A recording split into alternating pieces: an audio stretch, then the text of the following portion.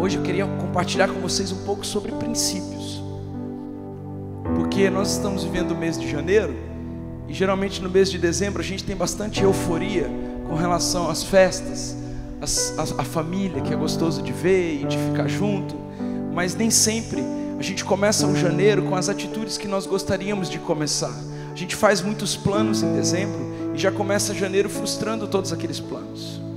E eu queria falar sobre alguns princípios que, se nós tivermos cuidado, tivermos cautela de seguir, não apenas em janeiro, mas todos os dias da nossa vida, eles vão nos conduzir a uma vida vitoriosa, a uma vida bem-sucedida, a uma vida onde o propósito que você tem, e isso é sucesso, você cumprir o propósito que você nasceu, que você existe.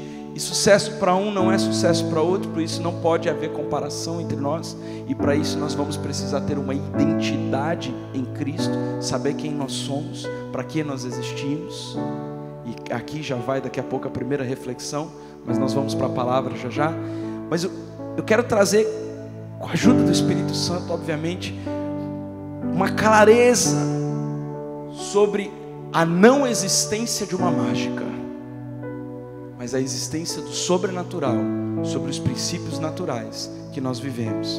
Eu vou falar sobre generosidade, eu quero falar sobre o cumprimento da nossa palavra com Deus, eu quero falar um pouquinho sobre dízimos e ofertas. Ah, pastor, você sempre fala sobre dízimos e ofertas. Falo, sabe por quê, irmão? Porque eu quero ver você próspero e rico, os dois. Você também quer ficar, mas para receber precisa aprender o princípio de como se recebe, né? Uma das nossas metas no final do ano sempre é adquirir um carro melhor, comprar a casa dos sonhos, reformar alguma coisa. E não tem nada de errado nisso. Errado está colocar o seu coração nisso e deixar Deus de lado ou de segundo plano. Não tem nada de errado no crente possuir bens. A questão é como está o coração dele com relação a esses bens. Mas a questão que eu vou falar aqui é que quando você tem e cumpre os princípios da palavra de Deus com relação ao dinheiro, você não vai precisar correr atrás do vento, porque você vai estar estabelecido e alinhado de acordo com o princípio da palavra. Quero compartilhar com vocês hoje também um pouquinho sobre fé. O que é fé? Como nós temos entendido fé e como nós podemos praticar uma fé real, autêntica, no dia a dia, pragmática, algo que alcance a nós e às outras pessoas que estão ao nosso redor. Não uma fé que é muitas vezes tida como uma fé ignorante, mas uma fé que de fato vê o invisível e realiza o impossível, traz o amanhã para o hoje, mas isso de maneira a cumprir os princípios da palavra. Não é uma fé que tenta a Deus, não é uma fé que descumpre a palavra de Deus. Quero trazer algumas coisas sobre isso. Uma pergunta bem honesta: quem aqui está se sentindo hoje com pouca fé ou sem nenhuma? Levante sua mão. Tem alguns sinceros, outros com vergonha. Alguns já estão se manifestando. Oh glória, fica com sua mão levantada. Nós vamos fazer uma oração agora. Jesus, um dia os discípulos, mesmo depois de terem visto o Senhor fazer muitos milagres, eles tinham acabado de voltar de uma multiplicação de pães e peixes, e se depararam com uma tempestade, onde parecia que Jesus estava dormindo, e eles não acreditaram que eles iam sobreviver, e eles iam naufragar.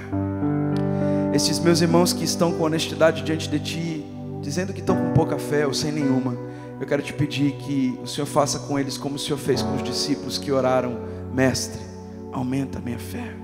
Você pode dizer isso, você que assumiu essa condição: Mestre, aumenta a minha fé. Aumenta a minha fé, Senhor, nessa noite, para que eu possa continuar experimentando de quem o Senhor é, dos Teus milagres, Teu propósito, Teu destino na minha vida.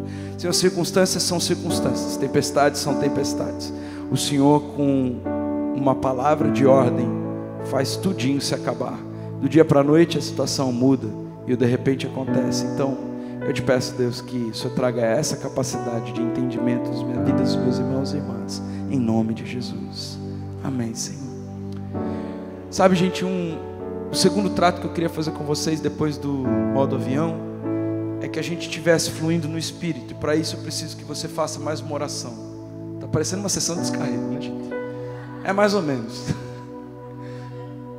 Tem uma palavra que diz em Efésios capítulo 1: Senhor, abre os olhos do meu coração para que eu te veja. Em Provérbios 4 a gente vê o sábio Salomão escrevendo que o coração é mais enganoso do que todas as coisas. Ele sabe bem, ele casou com 1000 mulheres, veja. Se ele não encontrou na primeira, não foi nem na segunda. Talvez você está se culpando que está no segundo, terceiro casamento. Salomão demorou 1000 e ainda não achou a boa. Aliás, tinha uma que ele era apaixonado, né? Cantares de Salomão fala como ela era. Não vou descrever aqui porque há solteiros, quando se casarem, estudem bastante. Uma coisa maravilhosa. Mas o que eu quero dizer é, ele diz assim: o coração do homem é enganoso. É mais enganoso do que qualquer coisa que a gente possa imaginar. Sabe, em tempos de temporais, em tempos de dificuldades na nossa vida, a nossa primeira tendência é querer desabafar com alguém. A gente devia ir para a cruz e desabafar com Jesus, mas a gente quer alguém para ouvir. Não é à toa que tem tanto psicólogo e psiquiatra por aí famoso, né, gente? Porque eles ouvem, falam quase nada e ganharam o dinheiro da sua consulta. Porque a arte de ser ouvido é um remédio para nós. E é por isso que Jesus nos aconselha a simplesmente fechar a porta do nosso quarto e procurar o nosso Pai secreto e falar para Ele das nossas dores, falar para Ele das nossas decepções, das nossas agonias, das nossas ansiedades, dos nossos medos. E sabe o que acontece? A gente quase nunca faz isso. A gente quase nunca faz isso e a gente vai ficando cheio de coisas na mente e vai perdendo a fé, vai perdendo a tranquilidade, vai descontando no alimento, vai descontando nos vícios, vai descontando na internet. Pessoas que gastam horas e horas com a televisão tentando suprir uma necessidade que na verdade está dentro dela, que não é apenas um lazer, e ela dá 1000 desculpas. Ou quando ela pega o telefone e começa a abrir o coração com todo mundo e depois não gosta quando todo mundo fala dos problemas dela, mas foi ela que deu o direito, porque foi ela que ligou para falar. E isso é muito problemático na nossa geração hoje em dia, porque a gente vive um mundo de relações muito superficiais. Nós temos relação íntima com pouquíssimas pessoas. E até essas pessoas, quando nós colocamos todo o nosso coração e falamos de tudo aquilo que a gente está sentindo ou pensando, elas não compreendem. Elas não vão ter a integridade da compreensão, porque elas não são a gente. Algumas vezes os maridos querem ter um ombro amigo e falam demais, preocupam suas esposas. Outras vezes as esposas falam muito e preocupam seus maridos, ou deixam ele de saco cheio, a torneira pingando, que a Bíblia diz. Os relacionamentos são desgastados. E eu tenho aprendido algo que eu gostaria de compartilhar com vocês. A palavra de Deus diz: como maçãs de prata, maçãs de ouro em salvas de prata, é a palavra certa, dita no tempo certo. Para de falar muito, fala pouco e fala certo. No muito falar, há transgressão. Nós erramos quando falamos demais. Sabe por quê? Porque de uma hora para outra, as circunstâncias mudam completamente. Deus tira uma coisa do lugar e põe outra coisa no lugar, e aquilo que você falou torna você uma pessoa desacreditada. Você perde a credibilidade, porque é de ânimo dobre. A palavra de Deus diz que nós não devemos variar de ânimo demais. Eu sei que para as mulheres isso é difícil, principalmente na época da TPM. Estão perdoadas, isso é uma questão hormonal. Mas a palavra de Deus diz que o ânimo dobra, aquela coisa de dia está bem, de noite está mal. Um dia está firme com Jesus, outro dia não acredita nem em Jesus, nem no Pai, nem no Espírito Santo. Um dia ama o irmão, outro dia odeia. Um dia chama para cafezinho, outro dia não olha na igreja. Sabe essa coisa? Essa coisa que é deixar a alma guiar você, vai colher fruto de alma. A carne produz destruição, e a alma é carne, é vontade, é sentimento, é desejo. Diz que o mineiro, né? Vou falar do mineiro para não falar do carioca, mas diz que o mineiro mineiro disse assim: nossa, me deu uma vontade de trabalhar hoje. A mulher dele falou assim: pois vá, meu bem, vou fazer um cafezinho para você. Ele disse assim: a vontade acabou de passar. É uma piada, mas que ilustra muito bem. Meu pai é mineiro, tá, gente? É que eu vi essa camiseta em Minas Gerais, daí eu achei engraçado. Mas isso ilustra uma realidade. Vontade dá e vontade passa. Se você faz o que dá vontade, vai ficar sempre tendo que ficar refém das consequências da sua vontade. Porque você escolhe o que faz, mas não escolhe a consequência que tem do que faz. Pode escolher, pode fazer o que você quiser. Ah, eu não estou nem aí, ó, vou meter o pé na jaca. Tranquilo, pode fazer. Agora a consequência é tua, não escolhe. Então, quando nós vamos aprendendo um pouco mais da Bíblia e aprendendo um pouco mais a andar com Jesus, não é que nós não vamos passar por inconstâncias, entendem? Nós vamos. Nós somos pó, nós somos falhos, mas nós precisamos aprender a segurar a onda. Eu não vou pedir para você cutucar o seu irmão e falar isso, porque me mandaram uma mensagem no Instagram, foi um pastor que falou que todo culto que eu faço, eu falo: cutuca teu irmão aí e fala para ele. Você continua, eu aprendi a lição, não vou cutucar não, não precisa cutucar seu irmão, mas entenda, segura a onda, segura a onda e vai para os pés de Jesus, vai para os pés de Jesus, porque de uma semana para outra Ele muda toda a circunstância, e você não fica como um crente fraco, um crente de ânimo dobre, um crente que vai para qualquer vento de doutrina, um crente que precisa de qualquer palavra profética para guiar a sua vida, mas um crente que tem consistência, um crente que sabe quem é, um crente que sabe quem Deus é, e que Ele nunca falhou e nunca falhará, nunca falhou e nunca falhará. Esse é o Deus que eu vim pregar para vocês nessa noite. É o mesmo ontem, hoje e para sempre. É aquele que curou o paralítico no passado, curou o cego, curou a enferma de hemorragia, mas Ele também curou ontem aqui na conferência Fire. Ele não muda de caráter porque eu mudo de humor. Ele não muda de caráter porque as circunstâncias mudam ao meu redor. Ele não muda quem Ele é e o plano que Ele tem para mim e para você, porque eu simplesmente desgostei da igreja. Eu parei de gostar dos pastores. Estou decepcionado. Ele não muda. Deus não muda. Todo tempo que você vier para Deus, Ele vai continuar constante. E sabe o que eu tenho aprendido? Que pessoas inconstantes não gostam de pessoas constantes. Então elas não têm como gostar de Deus, porque Deus não muda, Ele é constante. Então eu acho que o problema não está com Deus e não está com as pessoas constantes.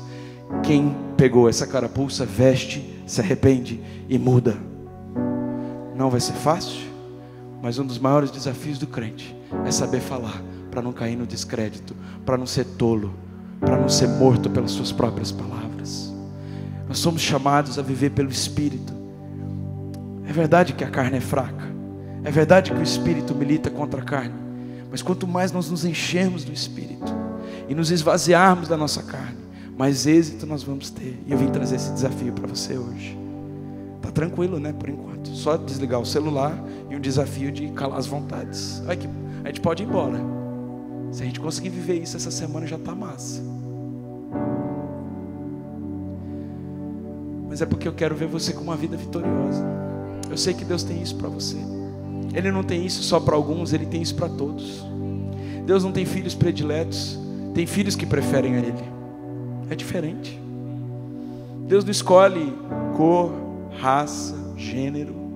Deus pode usar uma mulher da mesma forma que pode usar um homem. Deus tem um plano para o pecador do pecadinho pequeno, segundo Ele, como tem plano para o pecador que já chutou o pau da barraca. Deus é um Deus que não muda. Ele é perdoador. Vamos lembrar quem Deus é, vai. Acho que a gente precisa refrescar nossa memória. Quem Deus é? Sabe todas as coisas. Ai, que coisa maravilhosa. Eu não sei, mas Ele sabe. Então se Ele ainda não revelou, é que não é para eu saber ou que eu não estou buscando. Então eu vou buscar para saber logo. Ele tem todo o poder. Ah, essa coisa está muito difícil, essa conta é impagável, esse relacionamento não dá mais. Bom, Ele pode todas as coisas. Então todas essas suas desculpas caíram. Ele pode. pode todas as coisas. Ele quebra os arcos, despedaça as lanças, Ele traz vitória, Ele faz aquele que é pobre ficar rico, Ele derruba o orgulhoso, Ele tira do caminho o maldoso, Ele restaura o casamento, Ele faz com que as pessoas tenham paz de novo, Ele traz alegria onde tem depressão, Ele toca e chama para o ministério aqueles que estavam sem vocação, Ele traz o destino para o jovem que se sente perdido, não sabe quem é, fica copiando todo mundo, e cada esquina que ele passa, ele perde até a vontade de ser alguém, porque ele já não sabe mais quem é, em tantas identidades que ele tem. Mas ele faz mais, ele abre a madre daquela que é estéril, ele faz ela ter filhos. Ele é um Deus de poder, Ele pode todas as coisas. Ele pode, através de uma ligação, mudar tudo. Ele pode, através da vontade de alguém, mudar a sua vida. Ou Ele pode simplesmente fazer com que você aguente a barra até passar pela provação.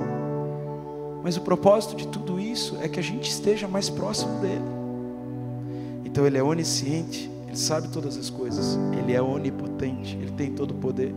Ele também é onipresente, Ele está em todos os lugares. Tem alguém que você ama que não está aqui? Levante sua mão. Eu também tenho. Você gostaria que Deus alcançasse essa pessoa agora? Então vamos chegar até essa pessoa em oração?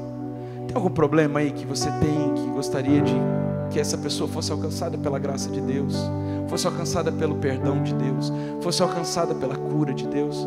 Então estenda suas mãos, ative sua fé, ore por ela. Eu não vou orar não, você que vai orar, tá? Você quem sabe quem é. Eu vou orar pela minha pessoa aqui, tá?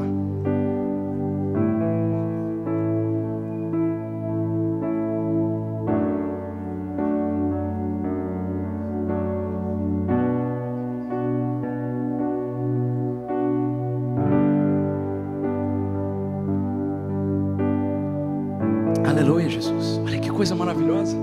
A gente chegou, talvez alguns chegaram no Japão, na Itália, nos Estados Unidos, outros chegaram na Zona Norte, outros chegaram nas cidades vizinhas, outros chegaram em São Paulo, outros chegaram em Minas Gerais, Rio de Janeiro.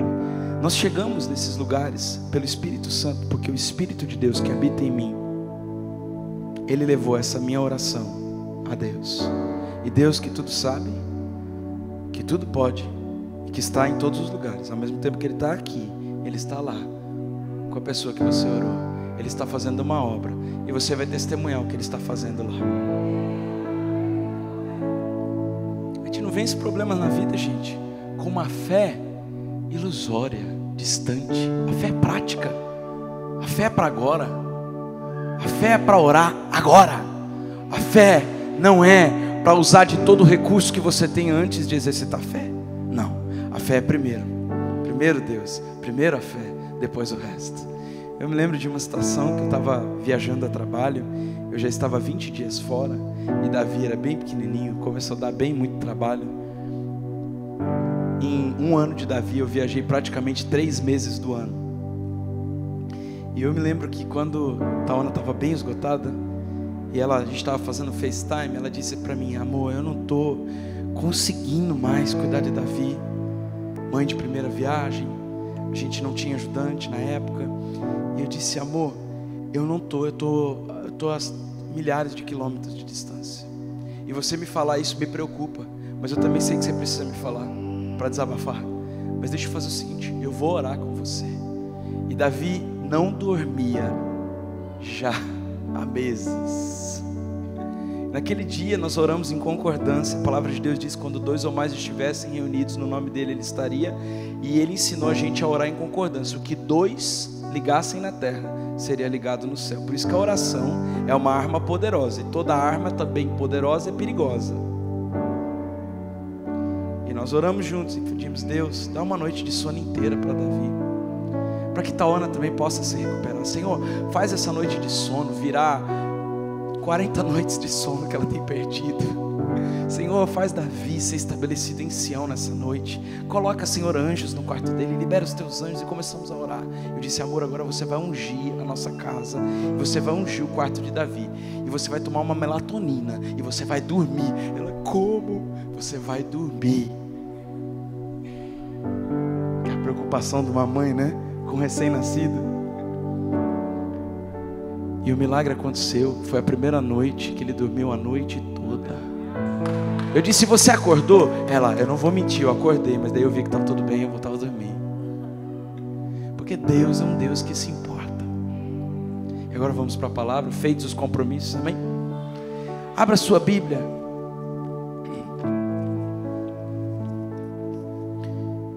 No livro de Lucas, capítulo 6, versículo 38. Eu quero indicar um livro que eu estou lendo. Esse ano eu fiz uma meta de ler 2 livros por mês. Vamos ver se eu consigo, em nome de Jesus eu vou conseguir. E esse é o meu segundo livro desse mês e está sendo muito importante na minha vida. É de um homem de Deus, do profeta Chris Vallotton. Ele está em português já. Eu não sei qual é a livraria que tem, mas acho que a nossa irmã Verônica pode nos ajudar. E esse é um livro que eu ganhei de presente e eu fui muito edificado já por ele. Eu devo ter lido já 60% dele. Muito do que eu vou falar nessa noite, alguns princípios, algumas revelações foram extraídas daqui. Lógico que o Espírito traz outras revelações, né? Através da palavra, eu coloquei alguns outros textos. Esse livro, Prosperidade, Pobreza, Riqueza e Prosperidade, vai mudar a sua vida financeira em 2019. Se você ler, vai mudar a sua vida financeira. Mas não vai mudar só a sua vida financeira. Vai mudar primeiro a sua vida espiritual. Porque tudo provém do Espírito. E se nós estamos com alguma doença espiritual, nós precisamos ser curados. E 60% dos brasileiros estão endividados. 60% dos brasileiros têm o nome sujo hoje.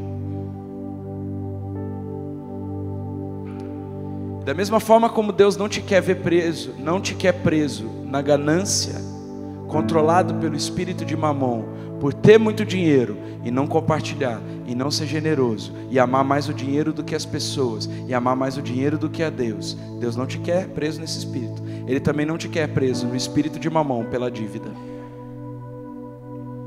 Porque quando você deve, você fica escravo de quem você deve.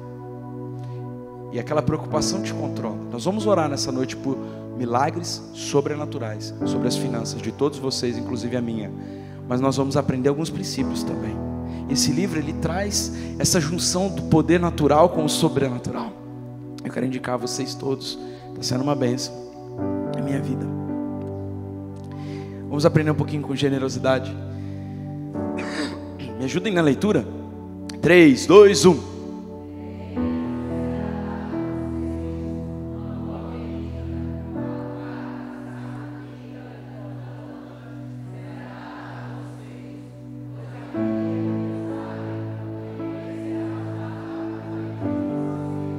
Quando ele fala essas coisas difíceis, né? Boa medida, recalcada, sacudida, transbordante. Não sei se você já parou para pensar, mas eu já parei para pensar, meu Deus, o que seria uma boa medida? É muito subjetivo, né? Uma recalcada. Vai lá no açougue e fala, ó, me dá uma recalcada de picanha. Me dá uma sacudida de arroz. Eu não consigo entender porque é uma linguagem figurada, uma linguagem subjetiva. Então eu trago para minha mente como se fosse uma medida. Então, boa medida, recalcada, sacudida e transbordante. Fica mais fácil o entendimento? 4 vezes mais. Então ele diz assim: dê e será dado a você. 1, 2, 3, 4. Acho que era só para não ficar entediante que ele inventou essas histórias aí. Brincadeira, um teólogo mais profundo vai me bater aqui já já. Deve ter alguma explicação. Mas vamos entender que 4 vezes mais aquilo que você deu. A gente aprende um princípio da palavra de Deus sobre generosidade aqui. Generosidade produz generosidade. Mas ela não produz generosidade uma vez só. Ela produz generosidade 4 vezes. A pessoa que você dá, recebe. Mas quando volta para você, volta 4 vezes mais. Aí você pode falar, nossa, que egoísta então seria dar. Então por que você não dá? Porque dar exige fé. No momento em que você dá, você fica com -1 e não com mais 4. Se fosse simples dar, não haveria nenhum necessitado nessa igreja e nenhum necessitado nessa cidade. Porque o maior interesse de todo mundo seria dar. Mas não é o que eu vejo andando por aí. O que eu vejo é simplesmente pessoas retendo e perdendo tudo. Porque dar é o dom de adquirir riquezas. Eu não sei qual é o investimento que você faz, eu sou um investidor. Eu invisto em bolsa de valores, eu invisto em mercado futuro. E uma das coisas que a gente vê, que qualquer investimento que estiver dando 4 vezes mais, compre logo essa ação que está uma maravilha. Ponha logo nesse fundo, que coisa boa, 4 vezes mais aquilo que você está depositando. Nós damos a nossa confiança para o banco, nós damos a nossa confiança para os acionistas, nós damos a nossa confiança para os empresários, nós damos a confiança para o nosso patrão, nós damos a confiança até para quem a gente empresta dinheiro, que vai nos dar um jurinho melhor do que a poupança. Mas nós não damos a nossa confiança à palavra de Deus. A palavra de Deus promete juros 4 vezes mais. Bom, se a matemática não mudou, é 100%, concordam comigo? 2, 200%, 3, 300%, 4, 400%. Significa que 400% é um investimento que você deposita na vida de alguém, na sua própria conta espiritual. 400%. Eu acho que essas ações aí estão compensando. Essa é a primeira que eu indico da noite: dar e ser-vos dado, em boa medida, recalcada, sacudida e transbordante. E aqui vem mais um entendimento. Esse é o primeiro entendimento. O segundo entendimento: meu Deus, mas eu não tenho dinheiro, eu dou o quê? Eu vim de uma família muito limitada, eu não tive oportunidades. Ai, eu estou liso. Ai, eu estou desempregado. Ai, eu estou devendo. O que eu vou dar? Ninguém é tão rico que não precisa de nada, e ninguém é tão pobre que não tenha nada para dar. Nós temos tempo, nós temos amor, nós temos generosidade, nós temos companhia, nós temos palavras de conhecimento e de sabedoria. Comece a dar alguma coisa, para ver se alguma outra coisa surge na sua vida. Deixa eu te dizer uma coisa: pare de dar desculpas e dê alguma coisa. A gente está cheio de desculpa. Sabe por que eu quero que vocês aprendam a dar, irmãos? Porque se eu fui abençoado com aquele pacote de treloso, deve ter alguém precisando desse nada que você acha que tem. Porque a coisa vem imbuída de uma motivação, e o que Deus sonda é o nosso coração. Deus não está se importando com a quantidade, Deus não está se importando com a qualidade, Deus não está se importando com o tamanho, Deus está se importando com o coração. Aqueles que têm mãos limpas e um puro coração podem chegar diante de Deus e pedir que Ele abra as portas.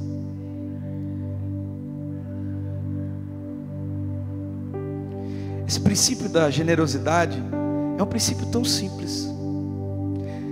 E é por isso que Jesus, quando ia para o culto, ficava perto do gasofilácio. Ai, se um pastor botar uma cadeira aqui perto da oferta, já vai ter um irmão que vai falar: aquele pastor ali, hein?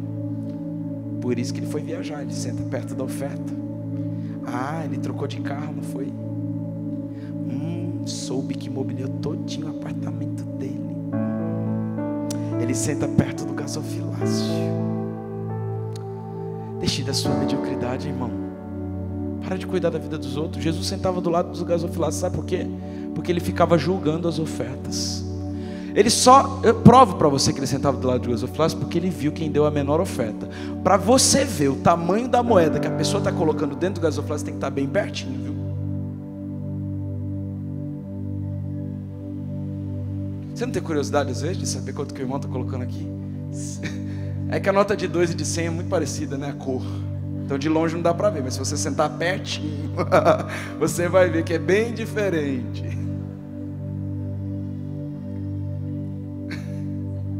Desculpa a piada, irmãos.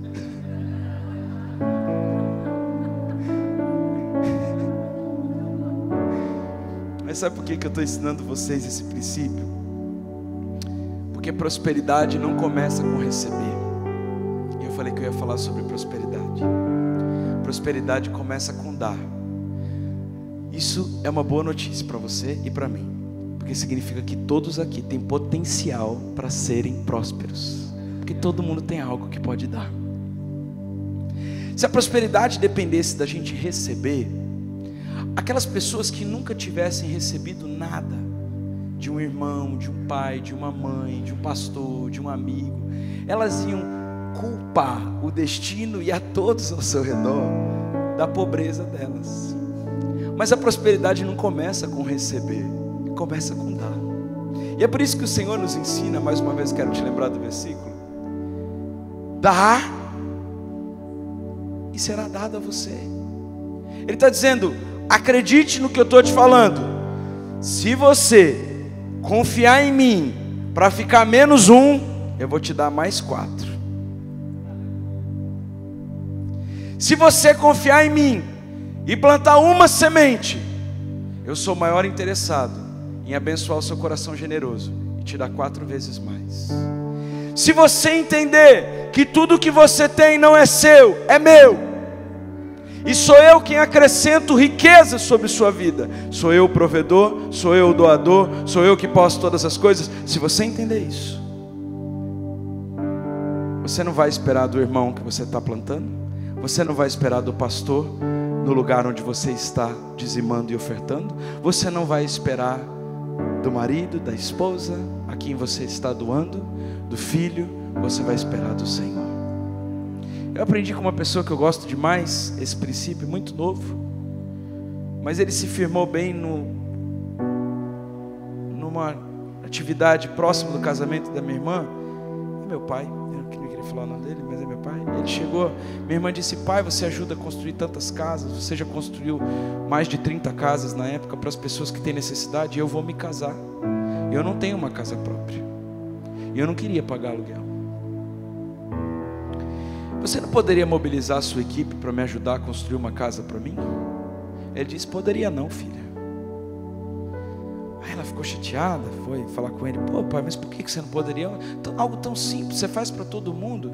Poderia não, minha filha, porque eu não fiz para aquelas pessoas, eu fiz para Deus. A palavra de Deus diz que quando eu dou ao necessitado, eu empresto para Deus. Você vai ver o que Deus vai fazer na sua vida.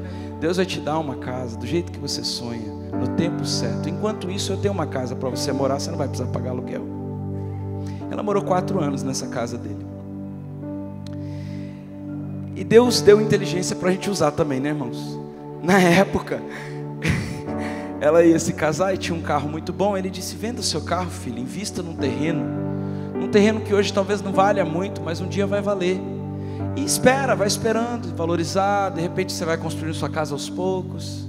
Bom, vou contar o resumo da ópera. Depois de 3 anos, o terreno valia 250% a mais do que ela pagou. Ela vendeu o terreno e comprou um apartamento à vista. Deus deu ou não deu? Quem é que faz valorizar um terreno? Deus. O que eu estou querendo ensinar para vocês aqui é que Deus não está interessado nem com a quantidade e nem com a qualidade.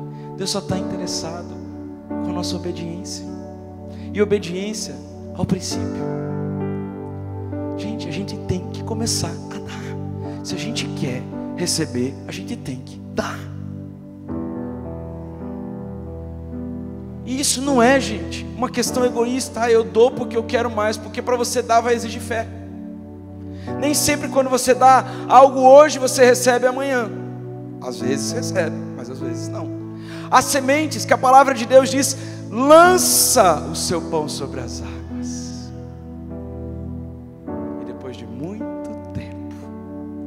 Você vai colher daquela semente que você plantou anos e anos atrás. Quantos missionários que são sustentados por pastores que depois têm os seus filhos sendo recebidos em outras nações com tanta honra por outras pessoas que nem receberam nada desse pastor.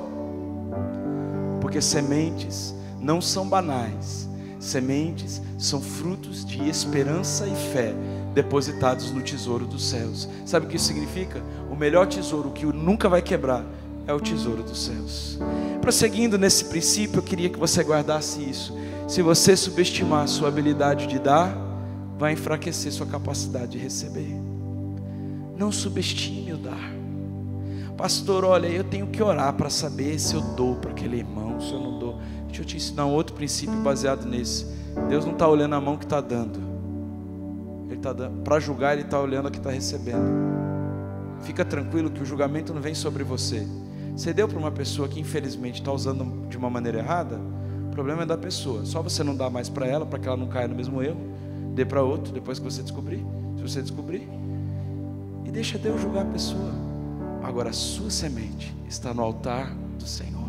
Quando você acorda todos os dias para dar do seu trabalho, quando você vem à igreja para dar do seu tempo, num voluntariado, numa sala de recepção, que a gente teve uma tão linda e gostosa ontem para o pastor, quando você vem para ajudar como um atalaia, quando você vem ministrar uma palavra, dar um conselho, você não vem com o coração, quem daqui vai me retribuir? Porque você sabe que aquela semente não está sendo plantada no altar de alguém, a não ser do Senhor. A recompensa vem dele. Não trabalhamos para o nosso patrão, trabalhamos para o Senhor. Porque se um dia nosso patrão nos trapacear, a gente vai querer trapacear ele. Se um dia nos fizerem mal, a gente vai querer retribuir da mesma moeda. Mas se nós fizermos para o Senhor, nós vamos entender que Ele é justo e que Ele não vai te deixar injustiçado. Pode até passar algum tempo, mas no lugar da sua vergonha, você exultará em dupla honra. Pastor, eu não aguento mais esse caba safado que mora comigo. Eu só faço bem, ele só me bota para trás. Continue fazendo bem, porque no seu devido tempo o Senhor vai tratar com ele e você vai receber a recompensa toda. A segunda coisa que eu gostaria de falar com vocês, compartilhar com vocês de princípio, é que existe um consenso profético para esse ano de 2019. Profetas do mundo inteiro se reuniram e eles começaram a conversar sobre o que Deus está fazendo esse ano. Eu participei dessa conferência online e eu queria compartilhar com vocês 3 coisas que eu achei muito interessantes. A primeira delas é que 2019 vai ser um ano de extrema aceleração. Eu acho que já deu para sentir nos primeiros 20 dias. As coisas começando a acontecer muito rápido. Decisões que não eram tomadas há anos foram tomadas nesses primeiros dias. Parece que até mesmo na nossa família as coisas estão se mudando. Há pessoas se mudando de casa, outros se mudando de cidade, de país. Há um movimento de aceleração das coisas. Esse ano é um ano onde Deus prometeu fazer com que as promessas que Ele tinha liberado sobre a igreja dele acontecessem mais rápido. O que é uma aceleração profética? Imagine que você planta uma semente e vai demorar talvez 4, 5 anos para você ter uma árvore. A aceleração profética é o agir sobrenatural de Deus sobre a atitude natural do homem. O homem foi lá e plantou a semente, e Deus foi lá e fez com que aquela semente, ao invés de demorar 4 anos para dar uma árvore, demorasse 1 ano só para dar uma árvore. Isso é uma aceleração extrema. Alguém acredita nisso, que Deus pode fazer isso? Eu também acredito. Eu acredito que Deus tem um catalisador. Se até química tem catalisador, quanto mais Deus. Se até reação química você pode acelerar, quanto mais Deus. Ele pode fazer aquelas coisas que talvez você achou que demorariam anos. Até nos seus planos, alvos e objetivos eram planos de longo prazo, 20 anos, 30 anos, 25 anos, aquela dívida, aquele financiamento. Deus pode fazer você conquistar aquilo em 1 ano. 2 anos, porque existe uma aceleração profética extrema. Agora, por que Deus ia acelerar as coisas, irmãos? Você acha que Deus faz alguma coisa sem propósito? Não. Porque o tempo chegou de Jesus ser manifesto e conhecido. O relógio da igreja, a gente já aprendeu aqui com a Pecris, Israel. Israel está bombando, para o bom e para o ruim. Está se levantando poderosamente, economicamente falando. Na agricultura já se despontou, tecnologia também, medicina, educação. Os métodos deles são os melhores, os mais eficazes. Os países que quiserem se desenvolver rápido vão ter que aprender com Israel. Ainda bem que o Brasil já está nessa, graças a Deus. Oh glória, é um avanço. Deixa eu dizer para vocês uma coisa. Se as coisas estão acontecendo rápido em Israel, as coisas vão acontecer rápido na igreja. Por quê? Por quê? Porque Jesus está voltando. E aí outro dia eu estava lendo um estudo sobre isso, e algumas pessoas, principalmente que hoje talvez tenham uns 40, 50 anos, falam assim: olha, eu ouço isso desde pequenininho, Jesus não voltou ainda. Se você parar para pensar num período de tempo de 2000 anos, 50 anos não é nada, né? Vocês estão entendendo porque Jesus está voltando? Não estou dizendo que Jesus vai voltar esse ano. Ninguém sabe o dia que Jesus vai voltar, só o Pai. O que eu estou dizendo é que a gente tem que estar preparado para Jesus voltar. Preparado física, emocional, mas principalmente espiritualmente. Por que física e emocional? Porque se você não estiver preparado física e emocionalmente, não adianta você estar pronto espiritualmente. Porque para Jesus voltar tem uma obra para você fazer antes.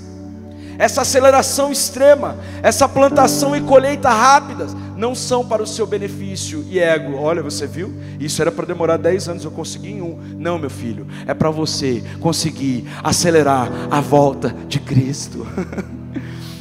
Esse ajuntamento, antes demorava anos para a gente construir uma igreja com 1000 pessoas. Agora o Senhor vai multiplicar de 1000 para 10.000, para 20.000. Por que as igrejas vão estar tão cheias? Porque Ele tem interesse que o Evangelho seja espalhado, para que Jesus volte e venha buscar os santos, porque o plano de Deus é salvar a todos. Então, a aceleração extrema vem acompanhada de uma responsabilidade: preparar o caminho, porque Jesus está às portas. Para isso você precisa conhecer a sua identidade, porque se você não estiver na sua função, você vai estar cheio de frustração. Imagine você ver alguém correndo, alcançando, conquistando, e você parado, chateado, deprimido, invejoso, cobiçoso. Porque quando a gente não está na nossa identidade, no nosso propósito, tudo que a gente tem tempo é para cuidar da vida dos outros. Agora quando a gente está cuidando da nossa, quando a gente está no nosso propósito e na nossa identidade, não dá tempo de saber o que o vizinho está fazendo. A gente cumprimenta por educação.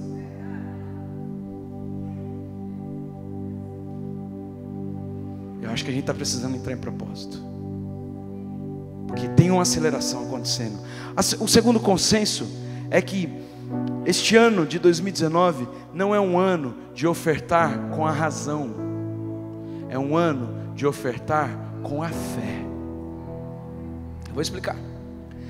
Muitas vezes pessoas dão ofertas sacrificiais baseada numa quantia de recursos que ela tem, baseada num salário de estabilidade que ela conquistou, baseada numa previdência privada que ela tem, baseado em imóveis que ela adquiriu durante a vida. Às vezes ela dá até uma oferta sacrificial, ela consegue planejar uma oferta sacrificial, mas este ano não é ano de oferta racional, é ano de oferta de fé, porque a oferta racional já tem um lastro conquistado, a oferta de fé tem um lastro no futuro para ser conquistado, mas a doação é hoje. Eu quero contar uma experiência. Em dezembro, quando eu participei disso e eu entendi esse princípio, eu quis testar a Deus, mas não no sentido de incredulidade, eu quis testar a Deus no sentido de amém, eu entendi, eu vou obedecer, eu vou fazer.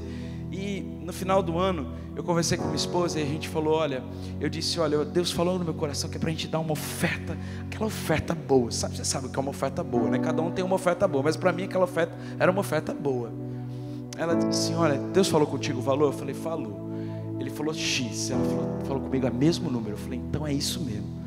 Só que eu não tinha condições naquele mês, porque se eu botasse aquela oferta, eu ia ficar negativo. Então o que eu fiz? Eu peguei e passei no cartão de crédito.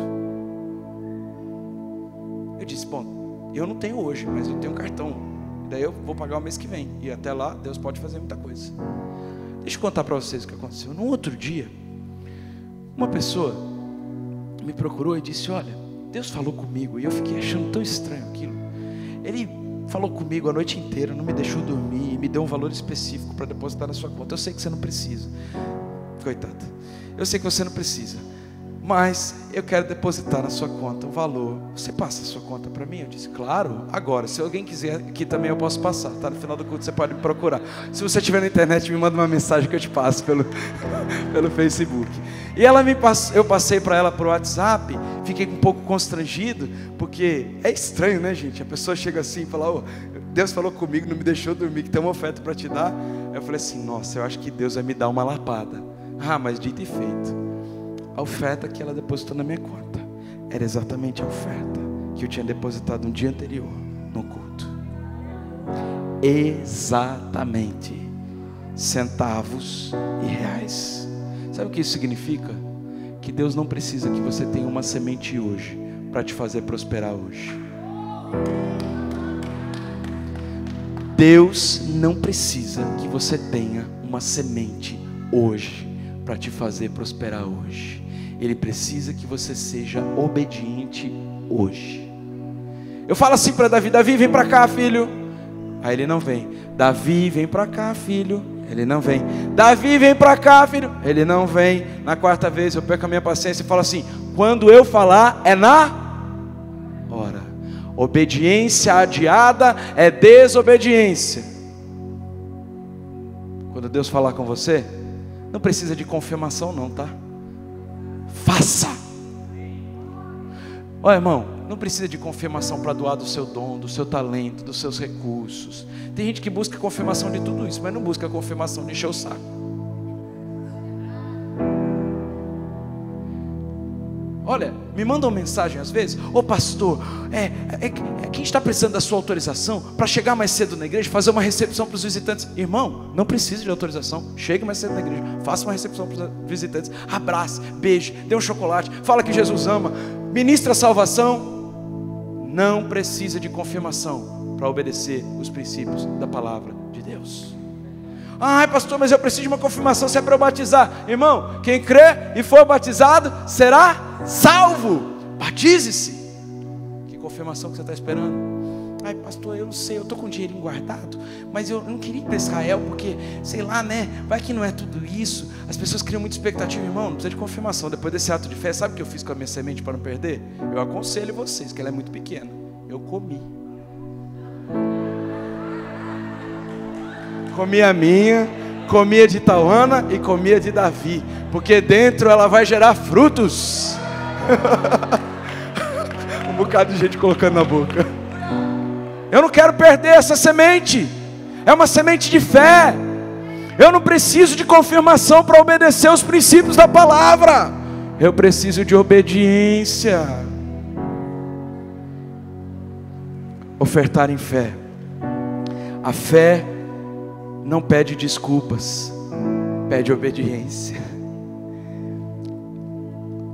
A outra coisa que os profetas entraram em consenso é que este ano é um ano de sinais e maravilhas. A contrapartida dessa oferta em fé é que Deus quer depositar sobre a vida do povo de Deus uma grande quantidade de riquezas, porque Ele quer preparar o caminho para os novos, para os santos, para aqueles que vão subir.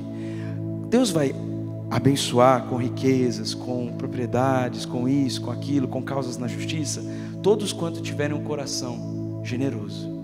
Porque dinheiro na mão do crente é bom para estar com a mão aberta. Ele tem que rodar para continuar vindo e ele continuar implantando o reino. Ele vai implantando o reino. Ele abençoa as creches, Ele abençoa a eclésia, Ele abençoa a igreja, Ele doa o telhado. Eu já vejo um muro novo ali, eu já vejo um terreno comprado, eu vejo um sistema de iluminação de LED aqui, eu vejo uma acústica poderosa. Por quê? Porque dinheiro na mão de crente é para abençoar. Amém? Então a contrapartida é essa. Mas agora, esse último consenso é de sinais e maravilhas. Gente, quem estava na conferência ontem vai entender isso que eu vou falar perfeitamente. Por que Deus vai derramar sinais e maravilhas nos cultos, nas reuniões, nas conferências? Porque isso gera fé. E quando a gente crê, porque Ele fez, a gente tem mais facilidade de receber quem Ele é. Infelizmente a nossa mentalidade humana e racional, ela é muito pelo que a gente vê de obras. A fé não requer obras, mas a gente requer obras para ter fé muitas vezes. Então, quando os dons estão em operação, o que acontece? acontece que a gente começa a acreditar mais em Deus. Eu vi ontem, eu estava traduzindo, e quando ele chegou naquele lugar e não tinha a pessoa sentada, eu falei: eita Deus, e agora?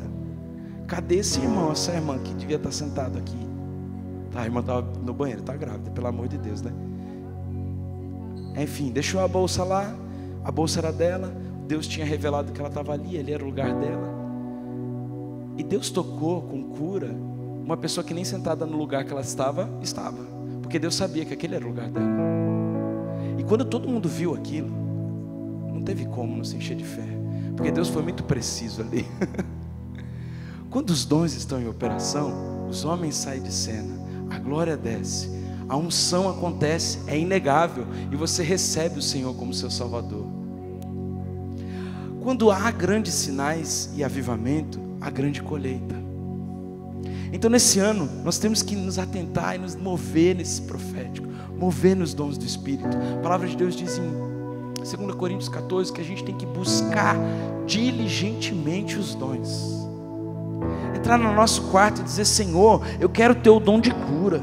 Senhor, eu quero o teu dom de fé. Senhor, eu quero o dom de palavra de sabedoria. Pai, me faz útil na sua casa, mas me faz útil também no meu trabalho. Me usa com revelação e poder. Deixa eu alcançar o perdido, aquele que está desesperançoso, aquele que vai pular a ponte, aquele que vai assinar o divórcio. Me deixa entrar nesses lugares, Senhor. A palavra de Deus manda a gente buscar. Marcos 16, 17, está esse próximo princípio, que é o segundo princípio. Estes sinais acompanharão aos que crerem. Em meu nome expulsarão demônios, falarão novas línguas. Próximo. Expulsarão demônios, falarão novas línguas, comerão coisas envenenadas, tomarão coisas mortíferas, pegarão serpentes, e nada lhes fará mal. Gente, a nossa cabeça pensa: pegar numa serpente, vai ser picado. Comer veneno, vai morrer. O que Deus está dizendo para a gente? Que quando os sinais estão em operação, não tem racional, não tem medicina, não tem lei da natureza. Ele quebra todas as leis, ele entra na casa, ele destrói as estruturas, ele vem como fogo, ele queima, ele traz avivamento, ele traz convencimento. O homem mais duro começa a chorar, a mulher mais preocupada começa a se sentir livre da preocupação, as crianças recebem do Espírito Santo e uma multidão de gente crê. Esse é o segundo princípio que eu gostaria de compartilhar com vocês. Faça o natural e plante o sobrenatural. Há muita gente querendo acessar o sobrenatural. Eu quero o sobrenatural, mas não faz o natural. Cumpra o princípio da palavra. Faça o natural. Ame o teu próximo. Ore, busque o dom, dê, faça a sua parte. Quando você planta o natural, você abre a chave do sobrenatural. Sabe, mulheres, o Senhor está falando comigo algo especial para vocês. Talvez haja coisas no seu casamento com relação aos seus maridos que vocês estão bem cansadas. Vocês falaram e já até se encheram. Deixa eu dizer uma coisa. Plante naturalmente o amor. Deixa Deus fazer o sobrenatural na vida desse vaso. Porque se Deus pegar esse capaz, você não vai precisar mais gastar nenhum verbo com ele. Ele chega chorando em casa, arrependido, te dá rosas, pede perdão e muda de vida. E não é uma mudança de vida por remorso, é por arrependimento, por saber que você é uma princesa do Senhor, que Ele não pode destratar. Homens, estão cansados das atitudes das suas esposas? Coloque-se de joelhos diante do Senhor. Você é sacerdote da sua casa, devia estar buscando o Senhor antes dela. O papel de orar numa casa não é primeiro da mulher, é primeiro do homem. Uma sociedade matriarcal inverte essa lógica, porque uma sociedade matriarcal tem a mãe como a matriarca, anula o papel do pai, gera homens omissos e consequentemente promíscuos. Uma sociedade plantada no reino de Deus tem pai e tem mãe, e o pai tem responsabilidades que são dele. Lógico que se ele não cumprir, a mulher vai ter que cumprir. Mas quem tem que orar antes da mulher é o homem. Muita gente fala, mulher, vai lá na igreja orar. Não, é você que tem que orar antes. É você que tem que buscar a revelação antes. É você que tem que saber aonde sua família está indo. É você que tem que saber o que Deus está falando com vocês. É você que tem que saber o que está pegando de fogo na sua casa. É você que tem que saber porque o comportamento do teu filho não está bom. É você que tem que acompanhar porque as notas estão ruins. E a esposa vem edificando a casa, vem contribuindo com essa visão. Ela vem dizendo, marido, é verdade, Deus está falando isso mesmo, confirmou no meu coração, nosso filho precisa de mais amor. Eu não estou anulando o papel da mulher, não.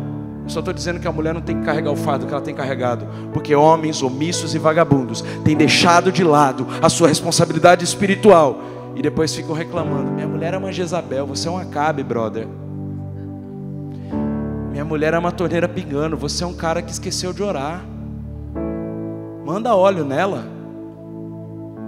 Põe a mão na cabeça dela, quando ela estiver dormindo, acorde antes dela, ore por ela. Gente, comecei a orar por isso, porque eu sempre acordei mais tarde do que Tawana, sempre.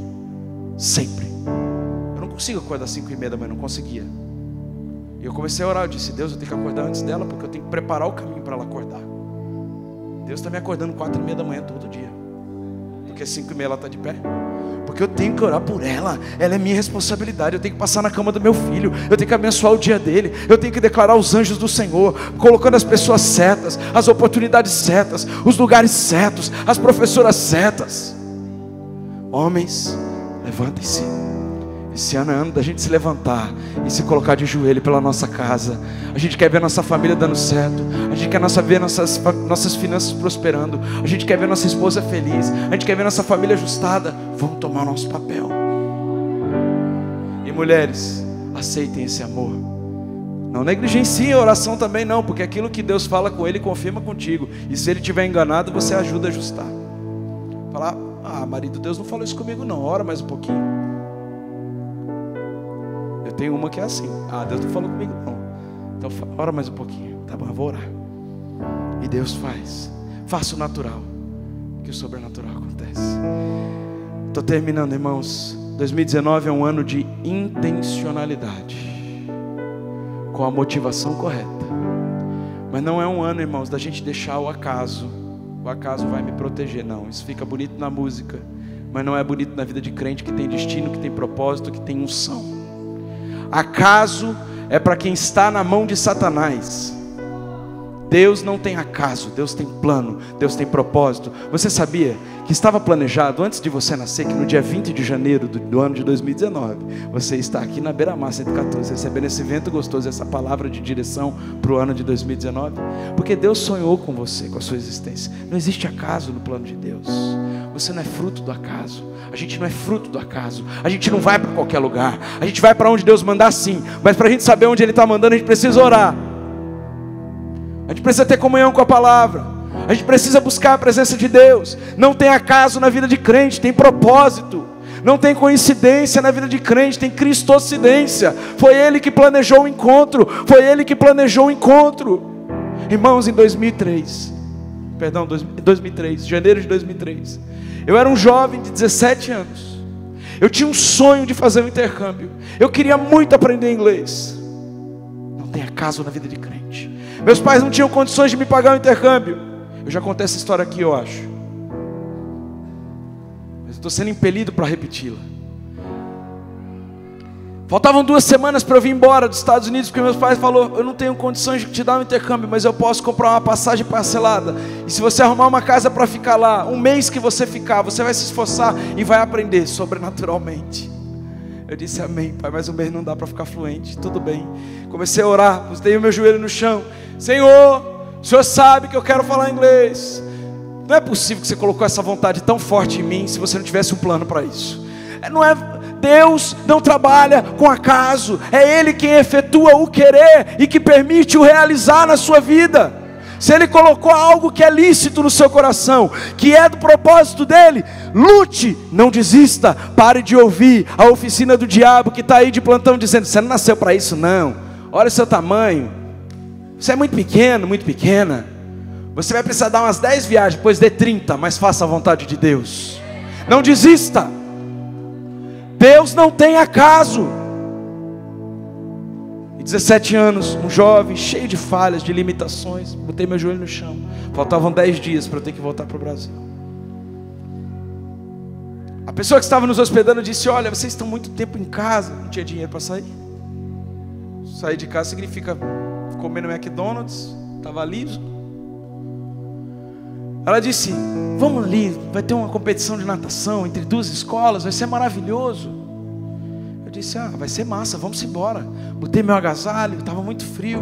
A gente foi, e meu irmão mais novo não entendia nada de inglês. E eu comecei a tentar explicar para ele o que estava acontecendo no jogo. Quando entra num estádio de 1000 pessoas, mais ou menos, entra uma mulher com 2 filhos, uma mulher de olhos claros, e tinha uma luz nela, e o Senhor me mostrou aquela luz. E eu reparei, mas eu disse: meu Deus, que mulher diferenciada. É uma mulher de Deus essa, porque o crente tem um brilho no olhar diferente. Tudo bem. Coincidentemente ela senta atrás da gente. Coincidentemente, para quem acredita em coincidência. E eu falando com o Vinícius, blá blá blá, tentando explicar, falando em português com ele. Ela bate nas costas do Vinícius e diz assim: vocês são brasileiros? Aí, em inglês. E ele disse: João, me ajuda, eu não estou entendendo o que ela está falando. Comecei a conversar com ela. A conversa rendeu meia hora. Daquela meia hora foi para o próximo dia. Aquela mulher era gerente dos intercambistas do estado de Michigan. Ela disse: você tem sonho de estudar aqui? Pois eu sou a diretora da IFS. E se você tem esse desejo, eu vou contactar os seus pais. E eu vou cuidar de todos os trâmites. E eu vou pagar a sua escola. E você vai morar na minha casa se eu não conseguir uma casa para você. Ela fez todos os trâmites em 10 dias. Ela fez todos os trâmites em 10 dias. Calma, gente, a bênção é maior do que isso, porque ela não é... Deus não me prefere. E o plano de Deus não acaba em mim. Presta atenção, olha que coisa. Em 10 dias ela fez todo o processo. O intercâmbio não aceitou que eu morasse na casa dela, porque ela já abrigava um intercambista. Ela teve que me colocar numa outra casa da amiga dela, que trabalhava com ela na IFS. Eu fui para morar em Fowlerville, numa outra cidade que não tinha escola estadual, só tinha particular. A mulher começou a pagar minha escola particular, para eu fazer a escola particular. Eu estudei nesse lugar, eu fiquei 6 meses, fiz esse intercâmbio, aprendi o inglês, fiquei fluente. No dia 1º de março eu acordei fluente em inglês. Mas quando eu terminei essa história desse intercâmbio, o meu pai foi me buscar. E quando ele foi me buscar, ele ia ficar hospedado no hotel, e a Shelly disse: não, vai ficar hospedado na casa do meu pai, a gente vai receber com honra, é um homem de Deus. Ficou hospedado na casa desse homem, do Papa, que a gente chama de Papa. E nesses dias que ele ficou lá, foi 1 semana, aconteceu algo sobrenatural. E essa mulher veio para o Brasil trabalhar com órfãos. Ela e o marido trabalha até hoje como designer gráfico da Omo, da GC Lever, da Unilever, que fazendo as coisas da Omo, do sabão Omo. E ele podia trabalhar de qualquer lugar do mundo. Eles moraram 6 meses no Brasil. Educaram 2 filhos em português. Edificaram uma escola bíblica de férias. Criaram um livro de receitas para construir casas para pessoas. Vende livro de receitas dos Estados Unidos, recolhe o dinheiro e constrói casa aqui no Brasil. Fez uma conexão que nunca mais se acabou. Logo que eu me casei, eu fui para lá, para Tawana, conhecer minha família de lá. Deus nos fez família. E o propósito continua. Ela adotou uma etíope. O filho dela agora está morando no Japão. E o pouso que ela me deu hoje está sendo dado para o filho dela lá no Japão. Sabe de uma coisa? Ela deu. Sabe de outra coisa? Ela acreditou. Sabe de outra coisa? Eu acreditei. Porque a fé é crer no impossível. Mas a fé exige uma atitude natural. A fé não é esperar no acaso. O acaso não existe para crente. Qual é a atitude de fé que você vai ter essa semana? Terceiro princípio está em Malaquias 3:10 e Hebreus 5:12.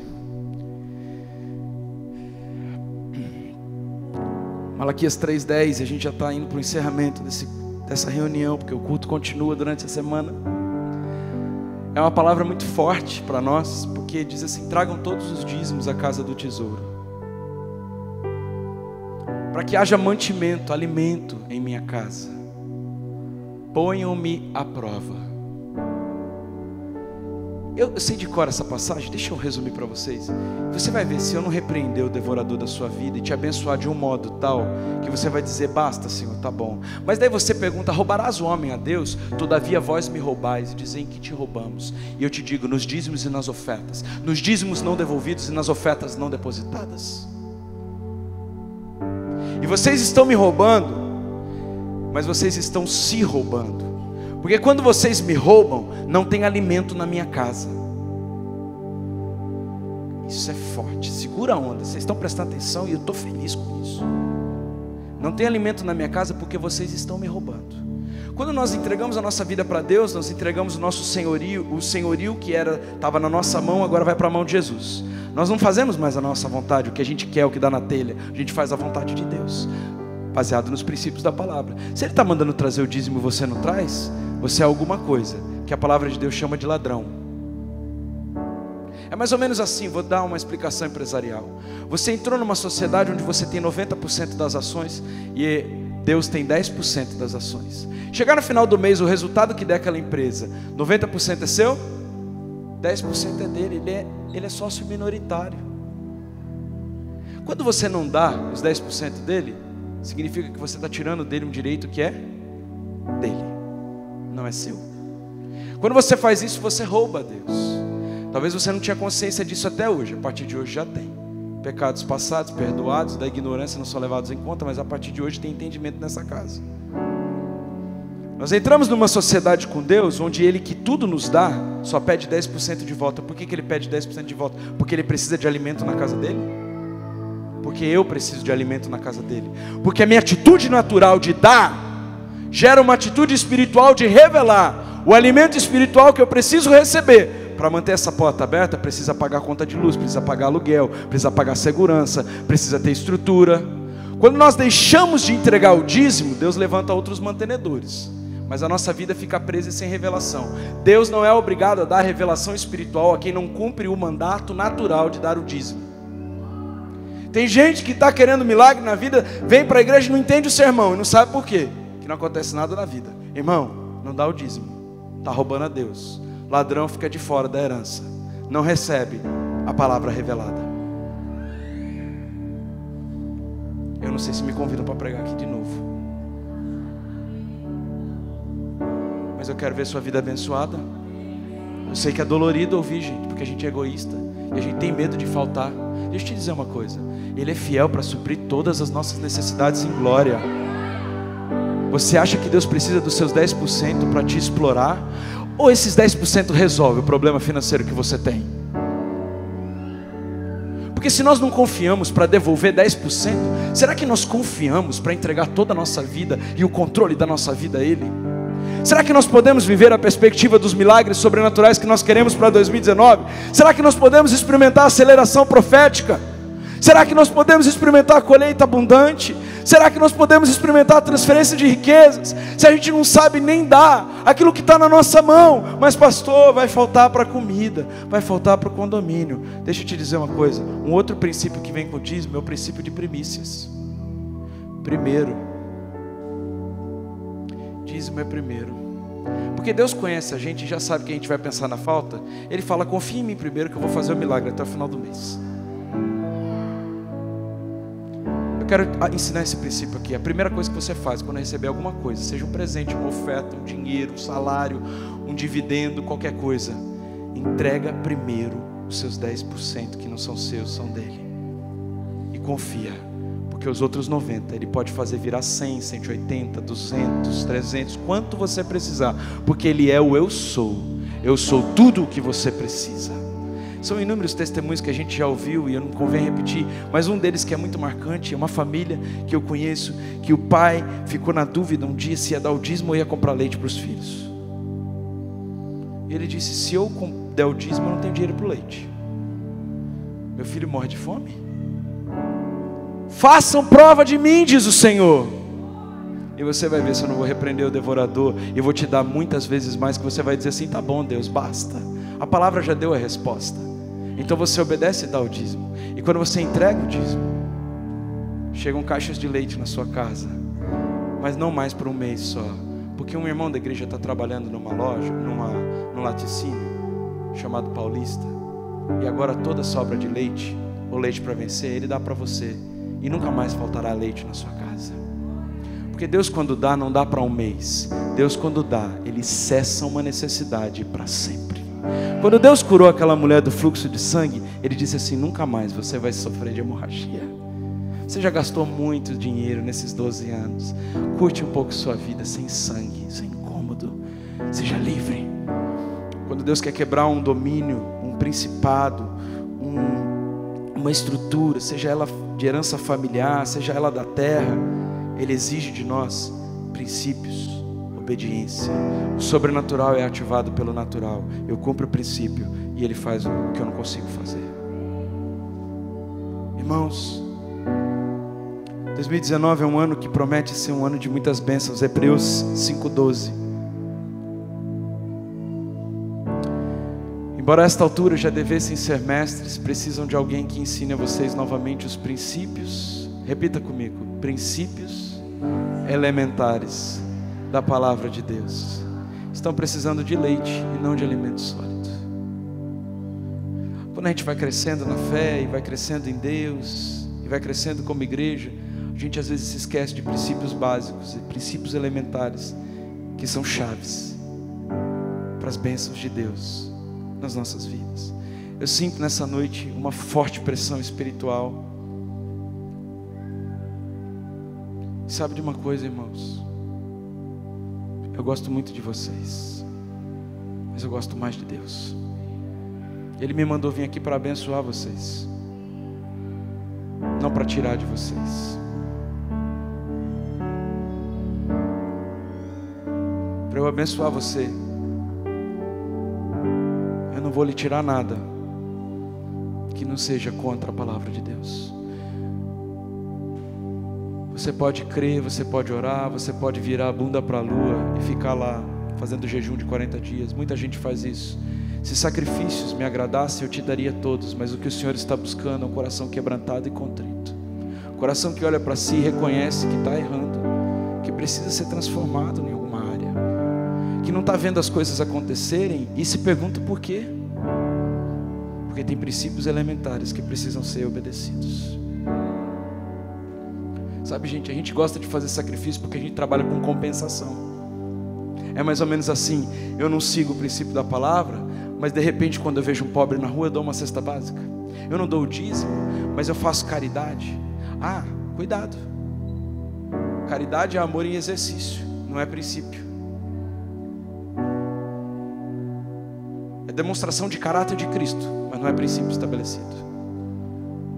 Muitas vezes a gente quer ter toda a porção espiritual e não quer fazer nada natural. É como se a gente ignorasse que existe natureza, que as coisas de Deus são naturais, não são artificiais. E as coisas de Deus, sobrenaturais, só acontecerão quando nós estivermos alinhados com os princípios naturais.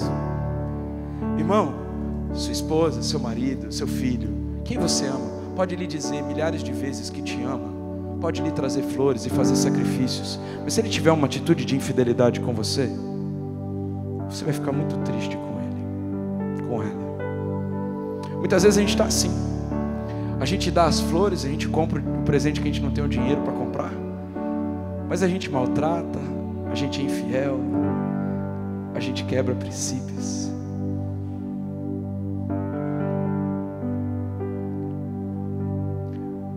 O Senhor, Ele quer ser amado por nós, mas Ele não pede o nosso amor, Ele dá o amor dEle. Nós queremos ser abençoados por Deus, mas nessa noite eu não vim te pedir para querer bênção, eu vim te pedir para ser bênção. E ser bênção, irmãos, e ouvir um sermão desse no domingo não é tão fácil, porque nós gostamos de receber. Eu estou dando o antes do receber, que é o dar, por medida, recalcada, sacudida, transbordante. Deus é fiel. Eu nunca vi um justo desamparado, nem sua descendência mendigar o pão. Eu trabalhei com bastante afinco, intensidade, de sol a sol, mas nada do que eu fiz me enriqueceu porém a mão do Senhor esteve sobre a minha vida. Ele me elevou acima de todos. O que está faltando para a gente não é poder, é caráter. O poder pode até abrir a porta, mas é o caráter que te sustenta nela. Cria em nós, Senhor, um coração puro e renova dentro de nós um espírito inabalável, um espírito reto. Coloque em nós, Deus, amor pela Tua palavra. Faz a gente passar para as próximas gerações os Teus preceitos, porque são eles que são fontes de vida inesgotável. De geração em geração, a palavra do Senhor produz frutos, e frutos que permanecem. Um crente não é conhecido pelo tanto que ele ora em línguas, ele não é conhecido pelo tanto que ele pula na igreja, ele não é conhecido pelo tanto que ele teve de palavra profética, ele é conhecido pelos atos. Ele é conhecido pelos princípios. E nós, como igreja, em 2019, vamos precisar crescer nisso, porque o Senhor quer entregar muito, Ele quer confiar muito, o Senhor quer fazer muito. E para um pai confiar muito no filho, esse filho precisa estar mais alinhadinho. Você que é pai sabe do que eu estou falando. Entregar tudo para o seu filho pode ser a arma da destruição da vida dele, se ele não estiver preparado. Eu vim aqui porque é janeiro, porque a gente está começando o ano. Eu vim ensinar aqui, compartilhar algo que eu tenho aprendido com o Senhor. Eu não me considero perfeito nisso, irmãos, mas o padrão de Deus é o padrão de Cristo, e eu não posso aceitar qualquer padrão inferior, se eu quiser ter uma vida gloriosa. Quero te convidar a fechar os seus olhos. O Senhor sonda e conhece o nosso coração. O Senhor sabe das nossas falhas, e apesar de Ele conhecer as nossas falhas, Ele não nos julga por ela. O amor de Deus é incondicional. O amor de Deus nunca vai estar longe da gente. Ele nunca vai negar o amor dele. Ele nos aceita, Ele nos ama, Ele tem misericórdia de nós. Mas hoje nós estamos nos preparando para viver a aceleração extrema, a colheita superabundante, os sinais, prodígios e maravilhas. Nós estamos nos preparando para viver aquilo que está nos céus, aqui na terra. E nós podemos começar com os princípios da palavra de Deus, os básicos.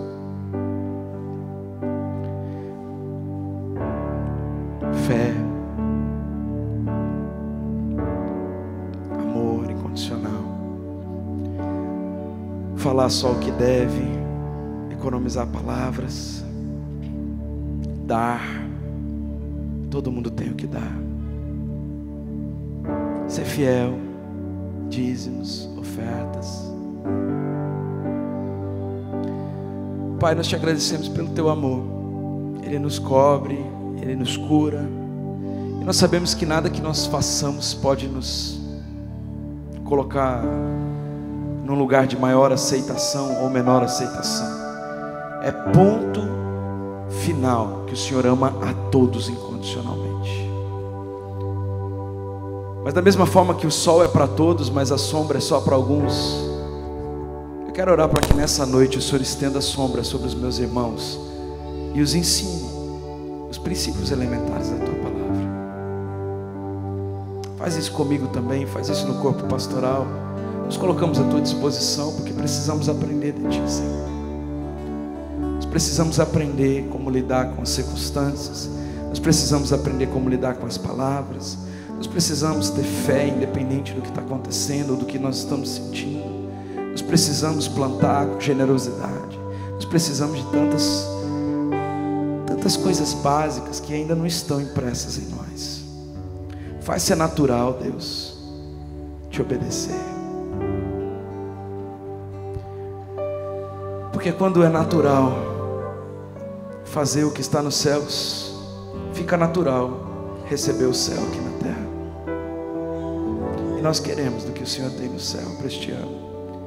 Há famílias aqui precisando de restauração, há pessoas aqui precisando de um destino, de um propósito, há outros sendo curados do medo, há incertezas sobre a cabeça de muitos, há incredulidade sobre a cabeça de alguns. Mas acima de tudo isso está o Senhor. E o teu governo está sobre todos os que estão aqui na terra. Começar de mim, Senhor. Quebra o vaso. Quebra o vaso, Senhor. Quebra o vaso, Deus. Um coração quebrantado e contrito o Senhor não despreza. Gera arrependimento em nós, Deus. Arrependimento que é a mudança, que não é remorso, que é fruto de vida, que espalha a glória por onde vai, Senhor. Hoje de manhã, Senhor, o Senhor falava comigo que à medida que nós lançamos a nossa cabeça no chão e quebramos o nosso coração diante de Ti, abre-se um novo caminho.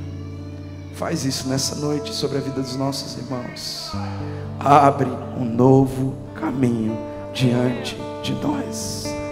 Quem precisa de um novo caminho, levante sua mão, fique de pé na presença de Deus.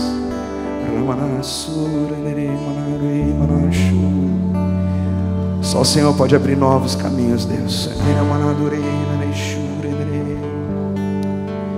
O que sabemos e aprendemos de Ti, ensina-nos, ajuda-nos a praticar, Senhor. Mas há tantas coisas que nós não temos o menor controle. Então vem, Espírito de Deus. Nós ativamos agora o sobrenatural, Deus. Deus.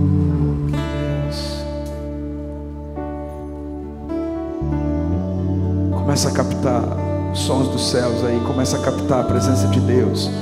Começa a pensar no que Ele tem aí no céu para nós. Pensamentos de paz, não de mal. Fartura, não escassez. Alegria abundante, paz. Um estado de shalom.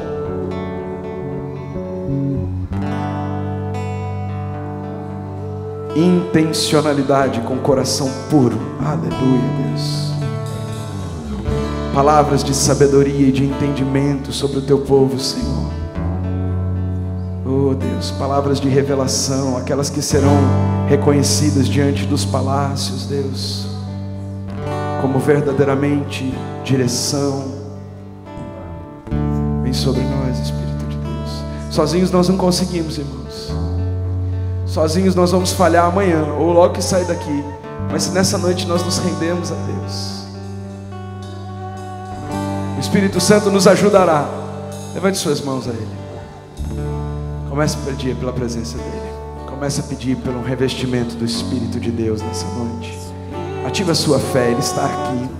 Ele quer te ajudar. Se você ora na linguagem do Espírito, ore. Essa é a oração perfeita. Às vezes a gente não sabe nem como orar, mas Ele intercede por nós com gemidos inexprimíveis. Tem dias que a gente não tem vontade de orar, mas a gente pode simplesmente levantar nossa mão e adorar e dizer: Tu és Deus, Tu governas, Tu és o Rei. Vem sobre nós, Senhor. Vem sobre as situações, vem sobre os incômodos, vem sobre as mentes dúbias, vem sobre a incredulidade, vem sobre a inconstância, vem sobre a nossa alma limitada, vem sobre o nosso corpo cansado, vem sobre o nosso espírito abatido, vem sobre as nossas veredas tortuosas, Deus. Endireita, endireita, endireita, Deus. Ajuda-nos, Espírito de Deus. Sem Ti nós não conseguimos, mas contigo nós podemos passar pelo vale da sombra da morte, sem temer mal algum, porque Tu estás conosco. A Tua vara e o Teu cajado nos consolam, e Tu preparas uma mesa na presença dos nossos inimigos. Unge a nossa cabeça com óleo, faz o nosso cálice transbordar. Podem cair 1000 ao nosso lado, 10.000 à nossa direita, não seremos atingidos. A língua mentirosa e profana o Senhor abate. É o Senhor quem julga as nossas causas. Ainda que nos julguem o tempo todo, não importa. Palavras de homens são só palavras de homens. O que gera vida e vida em abundância são as Tuas palavras, Deus. Dá-nos das Tuas palavras, revela-nos a Tua palavra, Deus.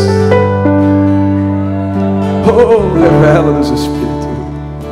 Revela-nos a palavra que precisamos para hoje, para amanhã, para depois, para quarta, quinta, sexta, sábado, no domingo. Revela-nos, revela-nos, revela-nos. Enche-nos do poder do Espírito, Deus. Oh, o poder do Espírito. Estabilidade, Deus. Constância, Senhor. Vem sobre nós com maturidade, Deus. Nos ensine a praticar os princípios elementares da Tua palavra. Nós Te amamos, Deus. E eu obrigado porque o Senhor nos ama independente se acertamos ou erramos. Obrigado, Deus. Mas nós também queremos te amar.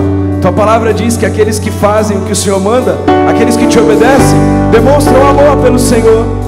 Nós queremos te amar nessa semana, Deus. Queremos te amar nessa semana. Me faz te amar mais nessa semana, Deus. Me faz te amar mais nessa semana. Me ensina, Espírito de Deus, a te amar mais.